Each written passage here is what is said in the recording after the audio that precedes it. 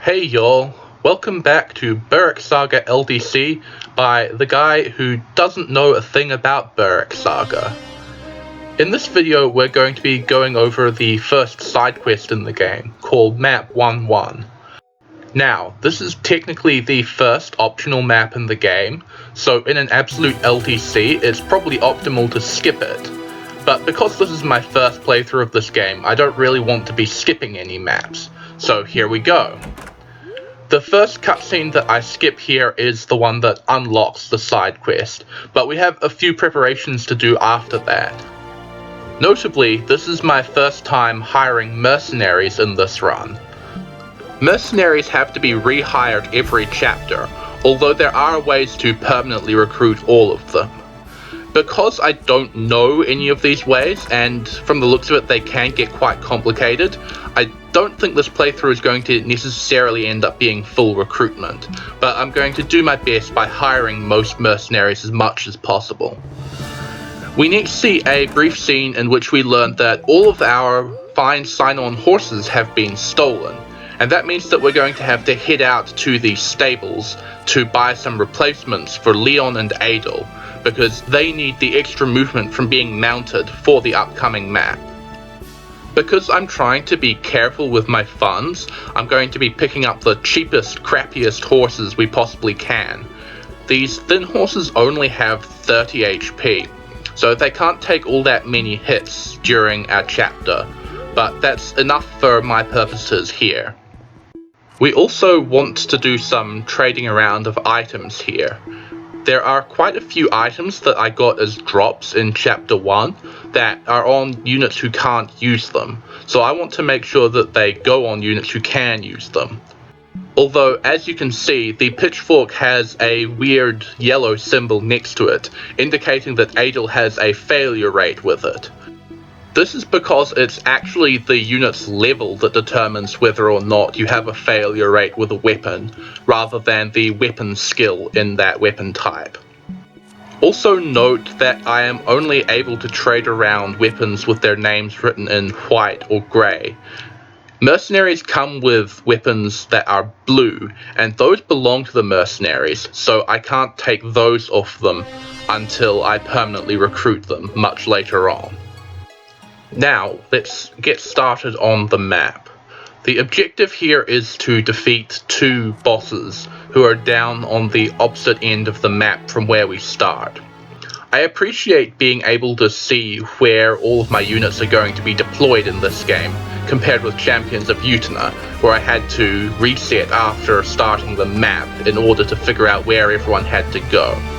Since there are two bosses to deal with, both Leon and Adel have to rush down there, and I put the Varian Spear on Leon so that he would have an alternative to his Iron Spear for this first combat, because his Iron Spear is now low enough on durability that it is at risk of breaking on every round of combat he uses it in, and in fact that happened way too often while I was doing attempts on this chapter.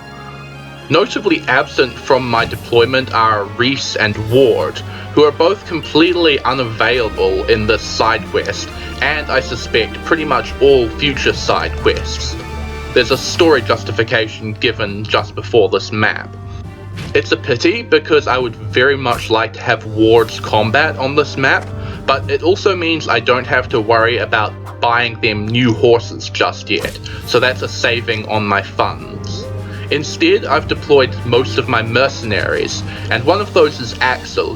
He is a pirate, and that means he is able to freely walk across the water tiles on this map, which gives me a bit more freedom in where I put my combat units.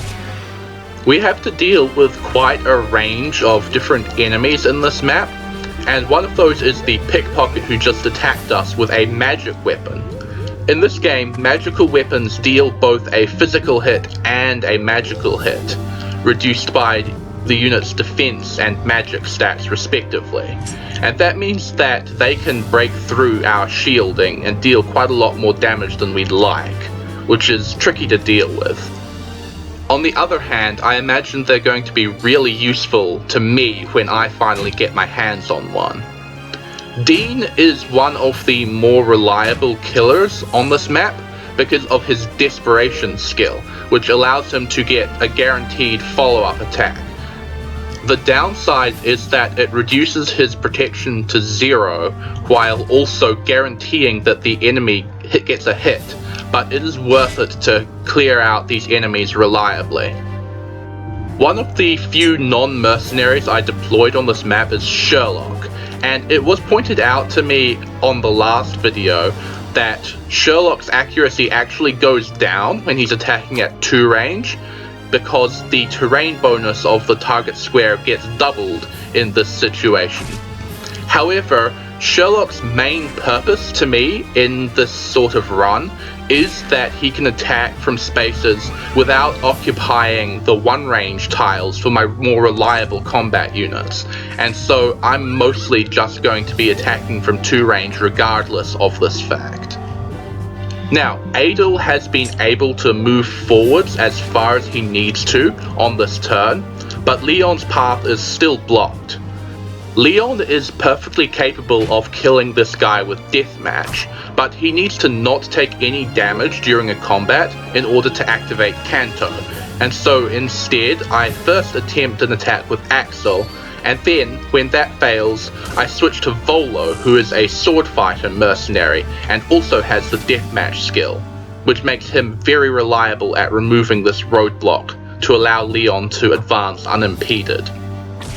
You may have noticed that the 2 enemy pickpockets who have been harassing my units seemed to appear from nowhere, and that's because they both have the hide skill, which is a skill that makes them completely invisible to us as long as they are in specific terrain and are not adjacent to our units. These guys were a real surprise to me the first time I played this map, and my strategy has been forced to evolve in order to reliably deal with them, because the one that spawns between us and the boss has blocked me off on several prior attempts.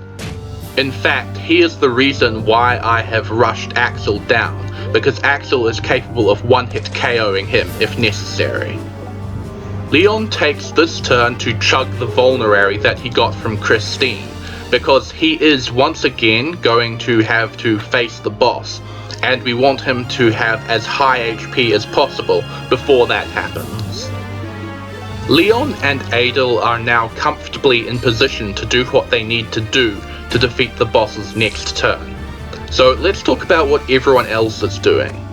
Firstly, the reason why I chose to deploy all of my mercenaries, despite the fact that they are all infantry, and thus cannot buy horses for extra movement, is that I want to try to permanently recruit as many of them as possible. And there is a hidden stat in the game called happiness that is tracked separately for each mercenary character, and many mercenaries are permanently recruited based on this happiness value. One of the consistent ways to raise a mercenary's happiness is by deploying them on a mission, and so I am going to be filling up deployment spaces with mercenaries when I don't need my permanently recruited units specifically. Secondly, the reason why I am trying to kill as many of these enemies as possible is not strictly because of the experience gain it gives me, because my best units are busy doing other things anyway. And Volo in particular is such a high level that he doesn't actually gain experience from most of these enemies. Rather, the reason I'm going for it is that, like in Chapter 1, a lot of these enemies drop things when they are killed, and these include weapons and, crucially, lots of money.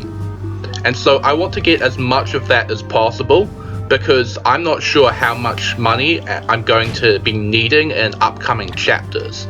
So any cushioning I can find there is appreciated. I'd now like to point out the green cross hovering above the head of one of the enemies. This was inflicted on him by Axel pretty early in turn 1, but I didn't talk about it then because I didn't have the time. But what this signifies is that this enemy has been injured. The immediate consequence of this was that that enemy lost his grip on his equipment, meaning he couldn't counterattack until he re-equipped it. But More significantly, it also means that he is much more likely to be crippled by any further attacks on him. Crippling is going to come up a bit more later on, but all you need to know for now is that it allows you to capture an enemy who has been inflicted with it, which is extremely beneficial because it immediately gives you all of their items. The last generic kill that we're getting is going to Sherlock, who is going to be using his double shot skill for reliability. Conveniently, the enemy drops arrows which are immediately useful to Sherlock. And now it's finally time to make our move on the bosses. Firstly, Adel is going to move in on one of the bosses, who it appears he has no reasonable way to kill. However, when you engage this boss, he is immediately defeated and removed from the map in a cutscene, so Adel is perfectly up to that particular task. Subsequently, Adel is engaged in a desperation round by the second boss, which allows us to get a little bit of chip-in on him. These two bosses have the supporter skill, just like Leon and Adel, and that gives them extra hit and a little bit of crit when they are both alive and near each other. And so it's important to get that guy out of the way before we move to attacking the boss who actually fights. Sadly, I forgot to dismount Leon before initiating, so his horse ends up dying here, but it was only worth 1,000 denarii anyway, and so hopefully that's not going to come back and bite me in the ass. After a tense deathmatch, Leon is able to defeat the second boss, and this gives him enough experience for the first level up of the run. Sadly, he didn't get particularly blessed, only picking up speed, but that's alright thanks to the bracketing system in this game. So that finishes off chapter 1-1 in 4 turns, and if you've played this game before, you probably know what's coming next. See you then!